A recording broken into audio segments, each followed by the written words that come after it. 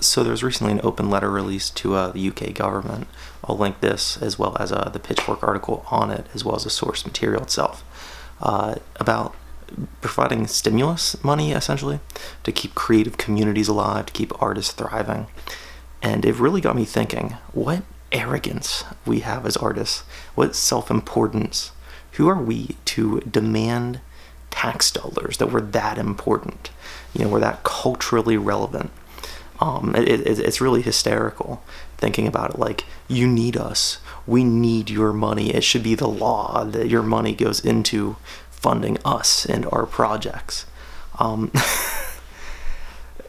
I think about one of the arguments made was that they help the culture.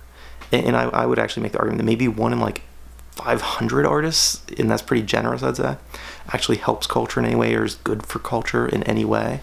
Quite frankly, I think we're better off without most artists, culturally speaking, because most are shit. And if you really want to look into the cultural effects of artists, look into like the Me Too movement or something like that. It's really Hollywood is basically a shithole. So some of the artists behind this are people like Nick Cave, I think PJ Harvey, and like anybody wants to see their next album, like anybody wants to see those guys doing well. We don't want your welfare art. And I looked into it. I was thinking about historical examples of this. I came across a collection of just different losers, different worthless hacks that relied on government funding to produce their art. So the most immediate example I thought of was Michelangelo in the Sistine Chapel. He made fucking church art because he couldn't make it on his own. No thanks. You got Shakespeare with, I believe it's called The King's Men.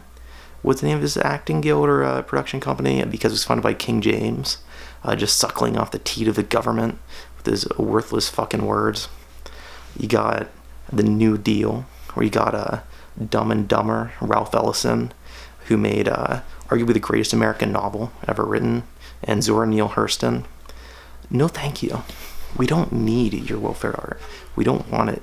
It sucks.